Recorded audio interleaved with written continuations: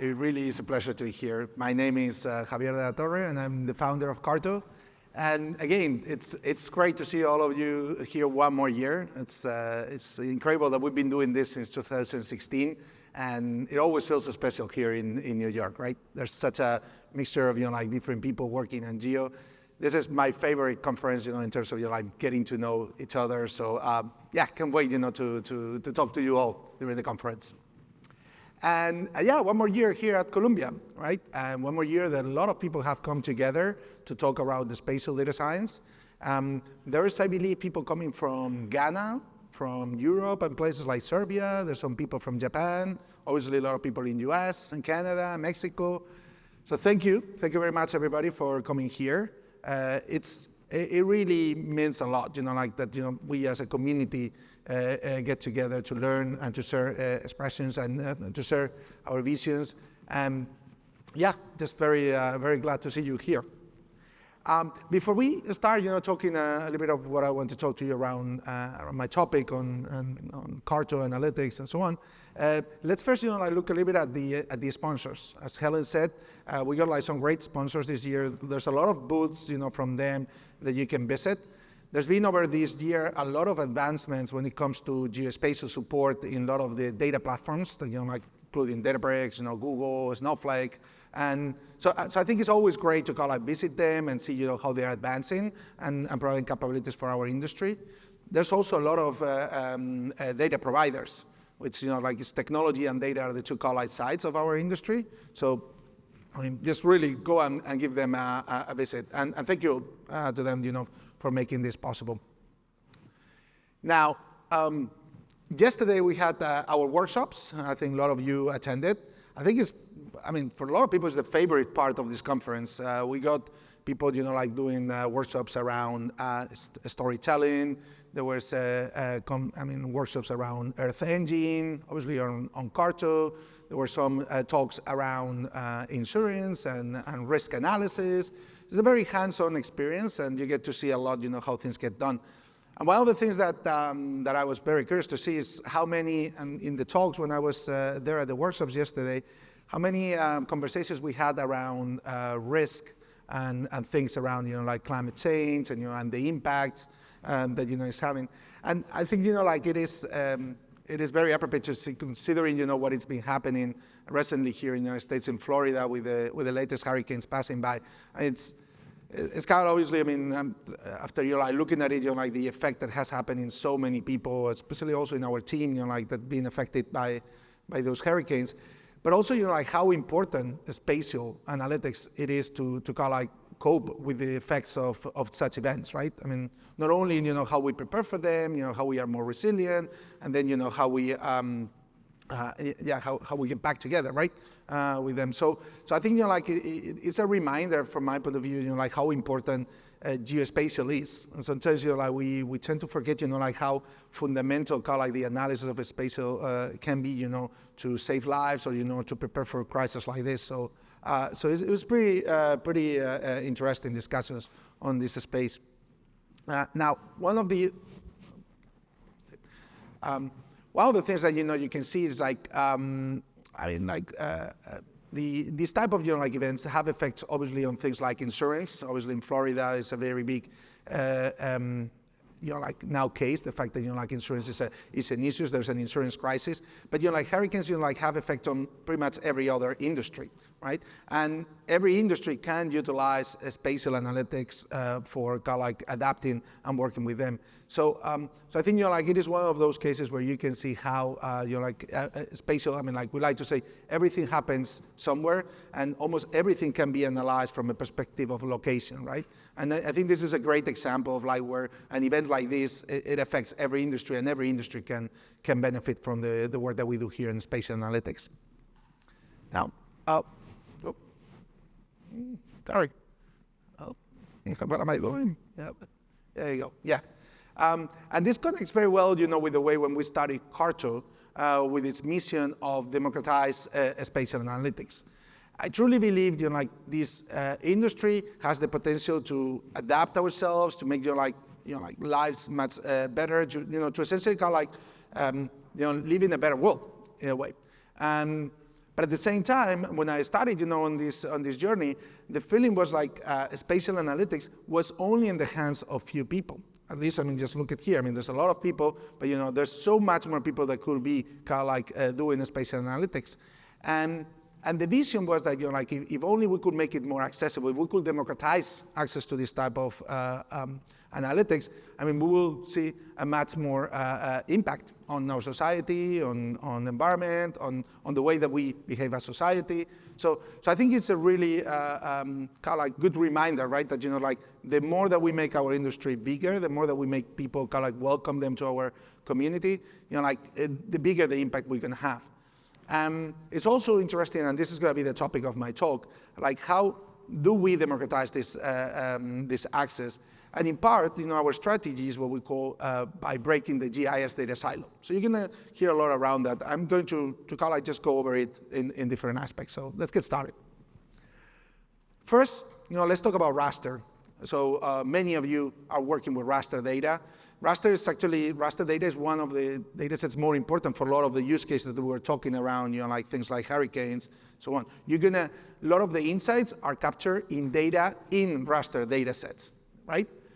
But just in the workshops, we talk a lot about it, and many organizations share this vision, that you got experts that can generate great, analysis models that, are available on raster data sets.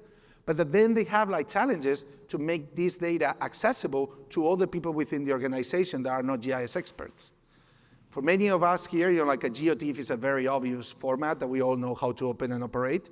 But for many people, they just don't really know how to extract data from an image, is what they look at it, right? So this is what I call this type of data is locked in GIS formats, and that is in a way, making it much harder to get access to it for other parts of the organization. So that's, for me, is one that I want to kind of look at it. And the way that we look at it, if we very often, people hear is you just cannot, just query a raster. And that's in fact actually what many people would like. They would like to have access to the information available on those raster data sets, just like if it was just another data set, right? But you just cannot do that, right? So the way that I describe this situation is that we have an ergonomics problem. The reality is that for using raster data, you have to use a specialized software and specialized techniques that are just not your common tools. And for a lot of people, that prevents a huge problem. That makes a huge problem. And that's why I say that we need better ergonomics for working with raster data. And I want to show you a little bit how we're thinking about that. So at CARTO, there's two ways that we propose to improve this situation. So the first one is where you can utilize your rasters, you can import them into your data warehouse and treat them just as regular tables. That's why I'm going to show you that. And that is very, very powerful, because now that means that you can work with that raster data sets like it was any other type of information. And that makes it, that breaks the barrier for a lot of users to get access to that type of data. So that's one way. We're going to be talking about how you can use rasters within the context of a data warehouse. Or in some cases, as you will see, it also makes sense to use a dedicated raster engine. And there's a number of them, and we'll talk about it, where in some cases it just makes sense that you connect to some specialized platform to doing that. So let's get started with the first one. So we at CARTO, we've been investing now for a couple of years on this format that we call in RasQuet. It's a name in progress, but the concept is rasters in Parquet. What essentially this means is that we're trying to store raster data sets in the form of tabular data, just as regular tables on your data warehouse. And that has the benefits that we were talking about, in terms of accessibility and interoperability with the rest of your data. But also, in the forms of how do you distribute that information? How do you connect it to your applications, etc. So we believe that the way to achieve this vision of rasters on data warehouses is also through open formats. So what we're doing with RasQuet is come up with an open format that we expect the community to support, that many products, and so it's not a closed format, it's open, and many other products can use it. We're looking at supporting multidimensionality, different encodings, super different projections, trying to do it right so that it works for the majority of users. Now, how does this look like? And a lot of people ask me, is how do you store a GeoTIFF or a cog in a database. Well, so in a very simplified kind of way, just think about like a raster. Like you can tile it, you can make it into smaller images, and each of these images become a row on the data warehouse. And inside the row, you have like, let's say one column where you store the data of the bands, where you store the values of the pixels for that band within that tile, right? That's in essence what it is. So very, and that way you can persist that as a Parquet table, and that means that then you can use it on many products that support Parquet, right? Then you get access, once you do it this way, you get access to utilize this type of data structures, these tables, in just by using regular SQL. So you can extract information from the rasters, like give me what is the value in a particular location, or give me the aggregated value, like the average solar potential over a polygon, right? And you can express that just directly as a SQL query. And that's what I was meaning by better ergonomics, by allowing a user to extract information, getting the value of a place or getting the aggregated value over an area in just pure SQL. You're making accessible that data to someone that is not a GIS professional. So we think that is a very, very powerful kind of like ergonomics kind of like solution to work in many organizations. Now, this is the first one that I want to kind of call it, just like this idea of like making raster data sets behave as regular tables. From my point of view, is one example of breaking the GIS data silo. By making like the data, now it's free. Now more people can use it. Now more, like it's getting democratized, more people within the organization get access to extract that type of information, right? So I think it's a great example of how we break in the GIS data silo. Now, in some other cases, if you're working with data, for example, with Landsat, we're talking about like terabytes of data that is updated daily. Or if you look at Sentinel data, right? We're talking about, in this case, petabytes, right? Radar data, also updated daily, right? Or even like analysis around deforestation, and those data sets tend to be very, very big and be updated very, very frequently, right? It probably doesn't make sense to import all that type of data into your data warehouse. First of all, because it's going to be very, very expensive, but also because it's going to be, probably the performance is not going to be as good. I mean, we're talking about like certain kind of data sets that are going to need a specialized type of like engines to work with them.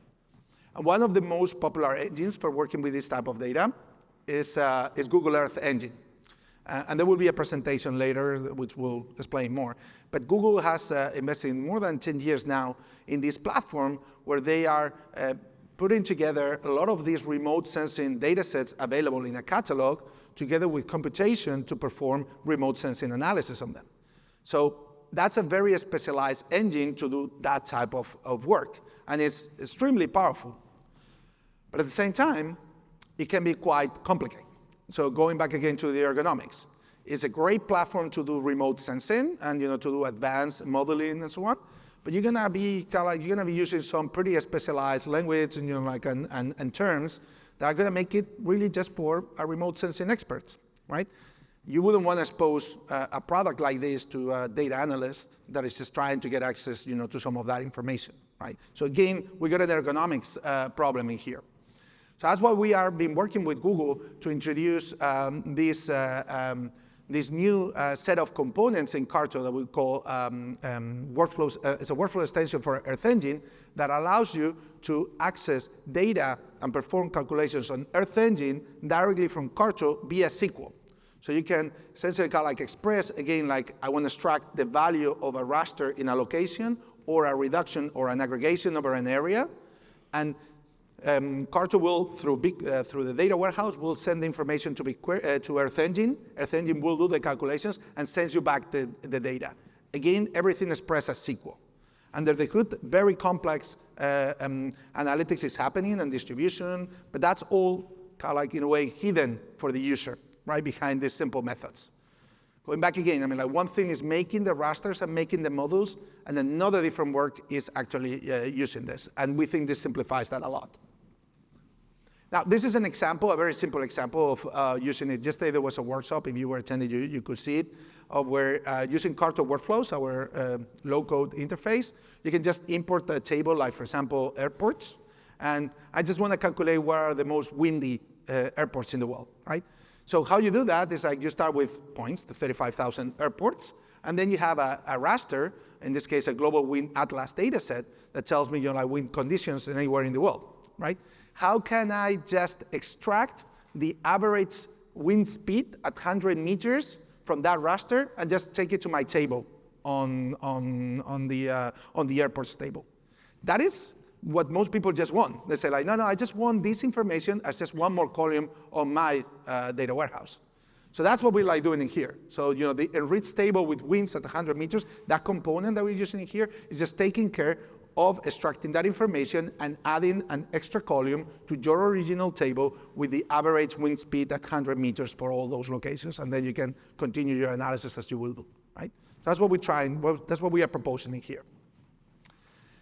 Now, that's just one part, but you can go even farther, and in this extension that we're announcing, we put in a few examples of that.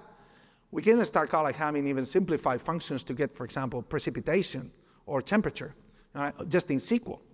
In many cases, you need to have access to this information for your machine learning models to understand what was happening in a particular time. And you want to extract that information from a system like Earth Engine.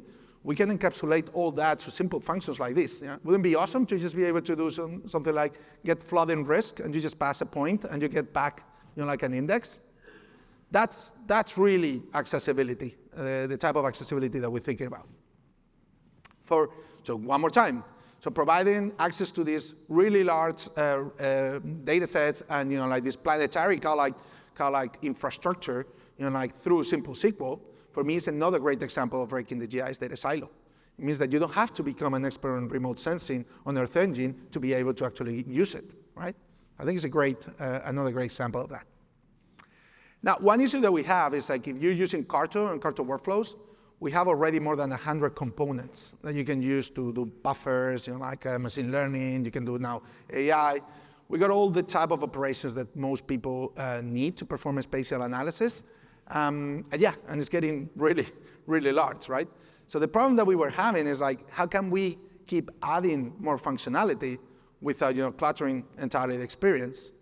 And so that's actually very happy that we are announcing our new CARTO workflows extensions. In fact, what you saw with Earth Engine is an extension to CARTO workflows. Now you get the possibility to develop, to add your own custom business logic and your own components and package them and install them on the CARTO platform to utilize, right? And that means that, if you're gonna if you don't need Earth Engine, you don't need those components. But if you're gonna use Earth Engine, you can install this extension and make it available on your CARTO workflows, on your interface, right?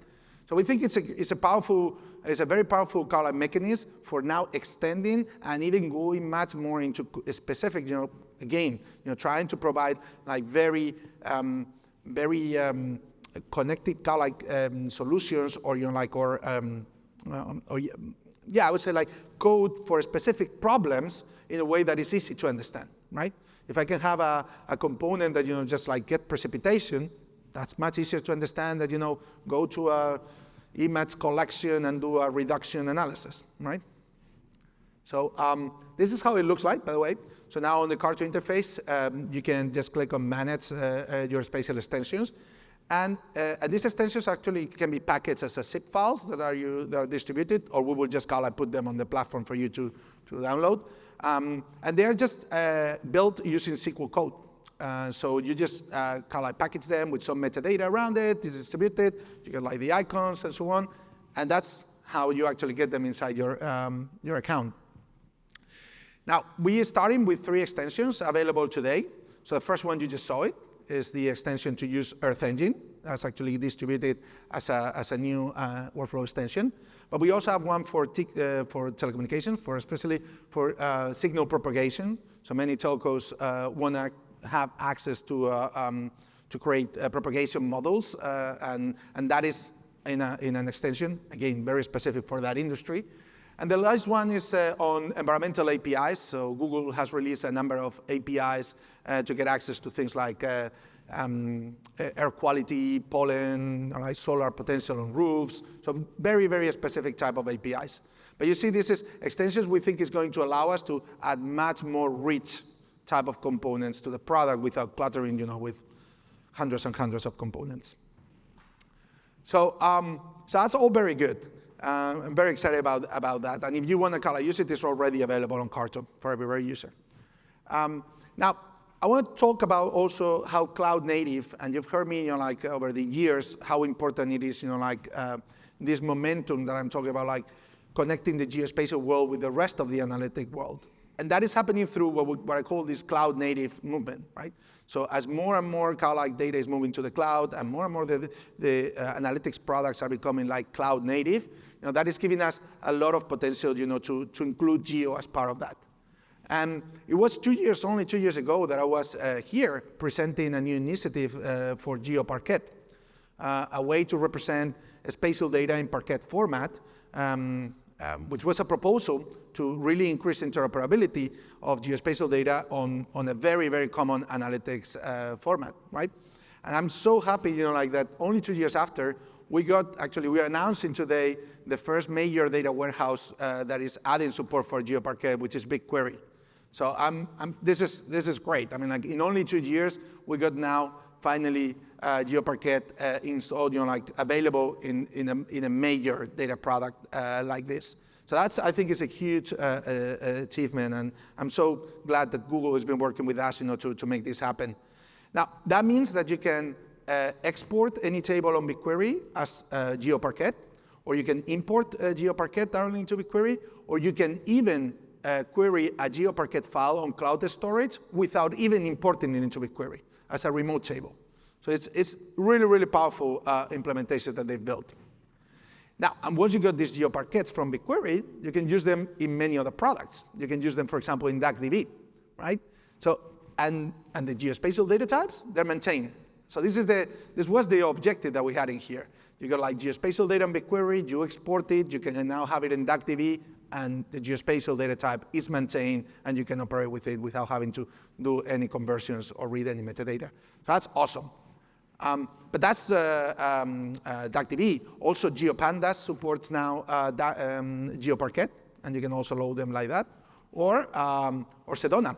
If you're using Apache Sedona in the Spark ecosystem, it has a strong GeoParquet support, right? So you see how finally, we are coming up in interoperability on Geo on the cloud native or in the analytics cloud industry. I'm so excited about that. So. This is just the starting. GeoParquet has been a community standard that a lot of volunteers have been working on from many organizations. And recently, we just published a blog post around a vision of what it needs to be done from now. We've got now GeoParquet. It's clearly getting momentum. I know it's going to get adopted on all the major data warehouses very, very soon. But where do we go farther from here? And there's a few things that are very important that can be very relevant when you consider how you do data management, or you think about your data lake or your architecture on your organizations. So the first one is Apache Iceberg. Apache Iceberg is a so-called table format, an open table format, that allows you to interact with these Parquet files in a much more expressive way. So just think of like querying a GeoParquet, but on steroids, because it can also have spatial indexes, a spatial partitioning, and many more things. So Apache Iceberg is becoming incredibly popular. All the products on the industry supports it. And now what we are proposing, and we're working as a group of people trying to get geospatial as a primary data type on Apache Iceberg. And that's going to be very, very important for interoperability moving forward. There's also on the bottom line, if you're on the internals, there is Arrow. It's a very popular memory layout format. This also has now a Geo Arrow working group trying to add Geo as a data type and that formats. So what we're seeing in here is, for the first time, Geo being treated as a primary data type, not as an extension to existing technology, but actually as just there's booleans, there's strings, there's all these data types, and Geo is just one more data type. So I think that's also showcase the importance of how Geo is elevating itself, and finally the convergence is happening. Now, I had to call I do this one, but hopefully I'm going to regret it because I'm going to be wrong, because I know at the end of the day, 10 years from now, you will still be using save files. But if you can, now is the time to really stop it. So I think it's pretty, we got a good chance this time. I'm going to regret it, I know. Well, for me, that is another example of breaking the GIS data silo, making geospatial data a primary, like a first-class citizen on the analytics world is breaking the GIS data silo. It's no longer relying on the GIS industry. So, great example of that too. Move to another area. A little bit of on the state of geo on the data cloud. Now that we talk about all these data warehouse and data analytics platforms, we can see again that geospatial is becoming more and more ubiquitous in a lot of these analytics platforms. We got like on BigQuery, on Snowflake, on Redshift, like very, very good support already for geo. But one place where it's been a little bit behind it is actually being the Databricks ecosystem. But that, actually, we also got some pretty good news. Databricks is one of the most important data analytics platforms on the market, right? It has like millions of users. I think like 50% of Fortune 500 companies are leveraging Databricks. There's a huge community of users and companies thriving in the Databricks ecosystem. So for me, I think it's very, very important that geo is treated really well on that industry too. So that's what we've been working with Databricks for now a number of years. And we announced, I think it was 2 years ago already, support, for example, for H3 on Databricks as a native Kali data type with functions and so on, which was awesome. Well, we also, in June, Databricks finally announced support for a Spatial SQL. So it means that now you're also going to be able to use a Spatial geospatial natively using the functions accelerated natively by Databricks without having to use third-party libraries. So that's actually was announced in June, and they're working now towards general availability. So that's, for me, it's a huge step, right? Again, to unlock a huge community, and it has allowed us, working with the Databricks team, to do a very big thing, which is, finally add full support for Databricks on the CARTO platform. And what I mean like full support is that now we can leverage the internal capabilities, the spatial SQL capabilities of Databricks to power all our interfaces and analytics on top of that platform. Making maps, making analysis, building your own applications, or leveraging it through a library to you do your own analytics. All of that natively inside Databricks. Examples, data management, importing, exporting, visualizing your tables on your Unity catalog. All of that is now possible directly on the interface. Visualizing the data, visualizing hundreds of millions, billions of points effectively. Now we can do it with the technology of CARTO for streaming the data in an effective way. And this is again possible because Databricks is enabling a lot of these spatial SQL capabilities under the hood. By the way, I love these new map styles that we're also opening up here. On the analytics side, we are also adding support for workflows with Databricks. So it means that you can have these expressive analytics by drag and dropping components, and CARTO compiles that into Databricks code and actually save it as a native Databricks workflow. Databricks has this concept of workflows, but they're not geospatial. But what we're doing is leveraging those workflows to add CARTO workflows, the geospatial workflows on top of that. So pretty deep integration in there.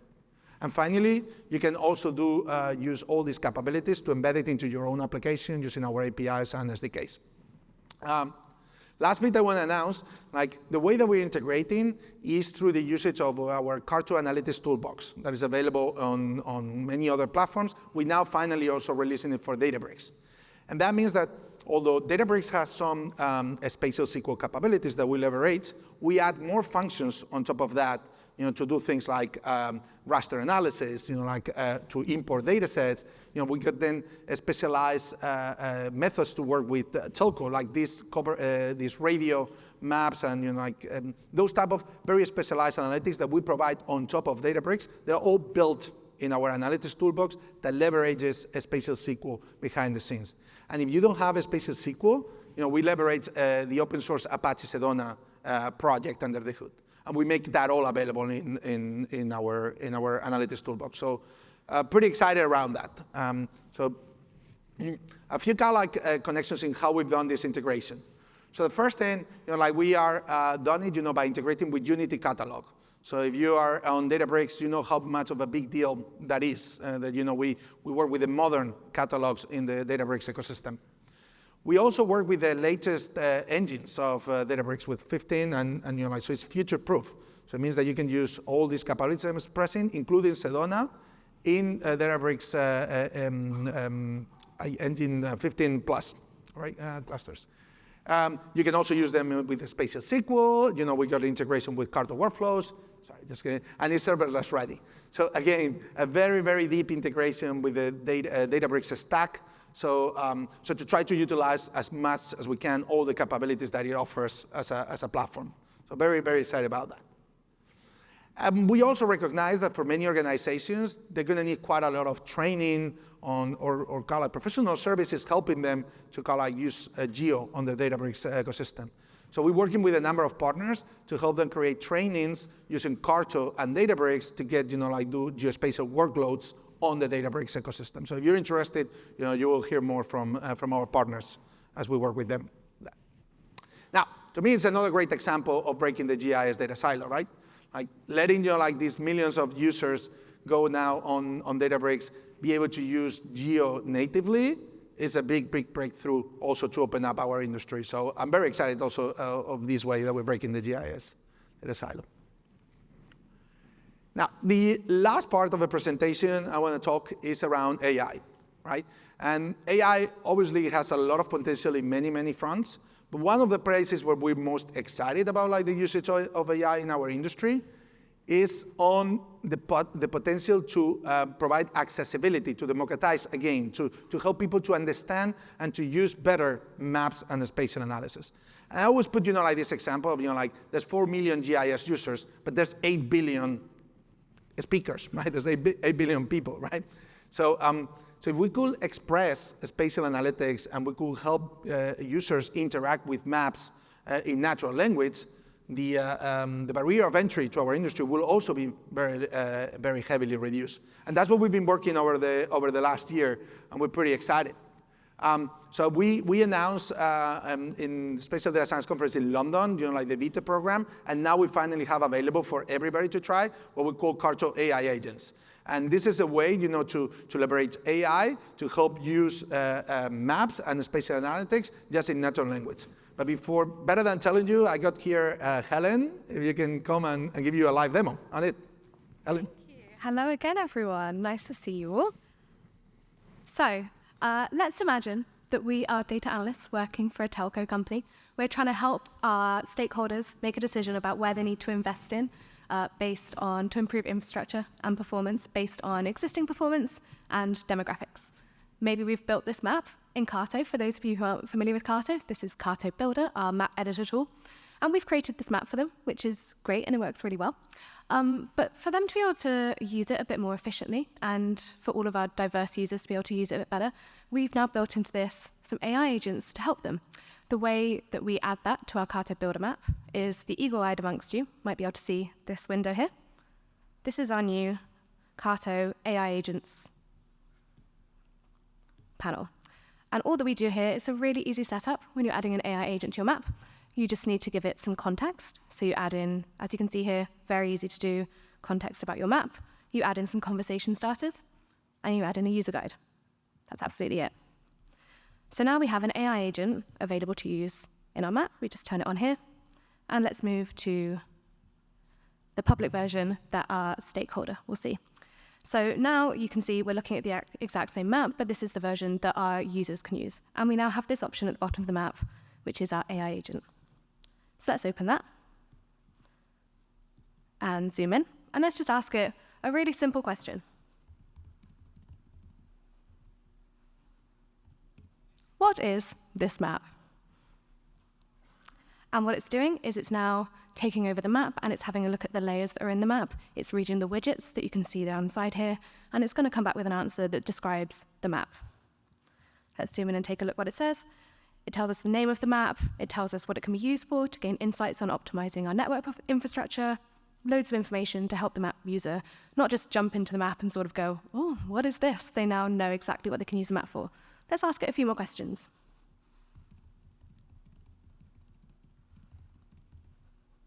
I want to focus on New York State. What's going to happen is you'll see we have the little thinking button here, and you can see the map goes dark. This means that the AI agent is taking over. And you can also see that it's saying that it's filtering by category. So it's telling you, the map reader, what it's actually doing. So you can have kind of trust and transparency at how it's coming up with the results that it's doing. And you can see we've zoomed in here to New York State. Let's take a look at the whole thing. And we've also moved now into a county level. So you can see that not only have we filtered the state, but we've also filtered the county and all of the other data as well. So now we're looking at New York State. Let's ask it something a little bit more complicated. I've just realized I'm a little too short to speak and type.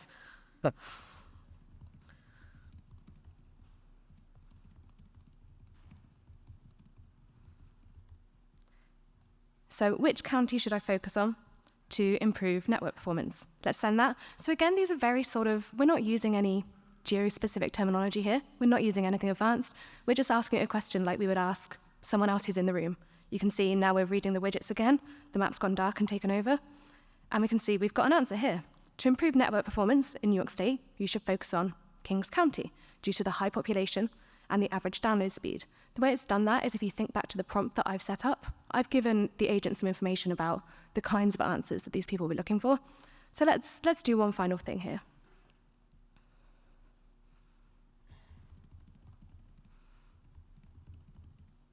So I'm asking to move to the area with the lowest network performance and switch to gridded data, if I can spell it. You'd think data would be the one word I could spell. So now it's saying it's taken over. Let me take a look. And you can see we've switched to gridded data. And as your end user, they probably don't know that this is actually a quad bin grid. It's got sort of a different layer name, but the AI agent knows that gridded data is kind of a very colloquial name for this data. So you can see it's switched to a different data source. We've zoomed into this area in Kings County that has the lowest map performance. And now we can start to make a decision about where we might want to place infrastructure to essentially invest in and improve our performance. And I think that just goes to show how easy it is to use AI agents for anyone who might not have geo skills or data skills and start to turn this information into insights and decisions.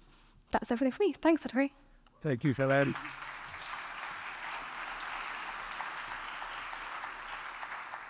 Well, so it's working. Yeah. So this is great, right? I think it's showcase a way that we as experts can create those maps and provide context so that then an agent can be generated and can be helpful for a user to just speak in natural language, right? So I think this is one of the most powerful ways of using AI as of now. It's just like these intermediaries, to simplify access to technology like this. Now, this is available for everybody on CARTO now and on request. You can either use your own API keys to OpenAI, and we're also supporting other different models and different ways to use agents with Google, with Bedrock in AWS, and so on. So as usual. So very excited around this. I hope you can give it a try. We've seen quite a bit of success. In fact, I'm talking with Anand from CoreLogic, one of our partners. He was telling us, the thing that, for me, at least, one of the most impressive things, we tend to believe that everybody knows how to use maps, but then when you see them on the wall, there's a huge percentage of people that, they see a map and they don't interact at all. And we see that actually on the bounce rates and the amount of engagement that you see on those part of the applications. So by allowing people to just make questions and not have to interact at all, the amount of engagement that they get on their information systems is a pretty big deal. And we talk about a company that its whole business is to distribute insights for properties, right? So having the possibility to increase quite dramatically the amount of insights and how easy people get them is a very big deal for them. I think it's going to be very impactful for many organizations. We've been working on this with a lot of our customers and partners over the last few months. And again, we're still gathering feedback around, what is the best way. Do we want to have customized kind of like prompts, for the organization if you want to control certain things. We've also heard some organizations want to control exactly that the AI doesn't resonate on anything that is not data from the company. There's a number of requirements in there that we also would love to hear from you. We also like hearing, like the possibility of doing RAG and against your data directly in the data warehouse by using Spatial SQL and so on. So a lot of exciting stuff coming on in that front. Well, I mean, like with this, I mean, like it comes to the latest kind of like breaking the GIS silo, right? I mean, like if we were to kind of like make spatial analytics, like way more accessible by using natural language to a way bigger audience, I mean, what a better way, to break the GIS data silo again one more time. So I leave you with that thought. Then we just kind of like coming to an end. Thank you very much. I look forward, to see you all at the conference. Thank you.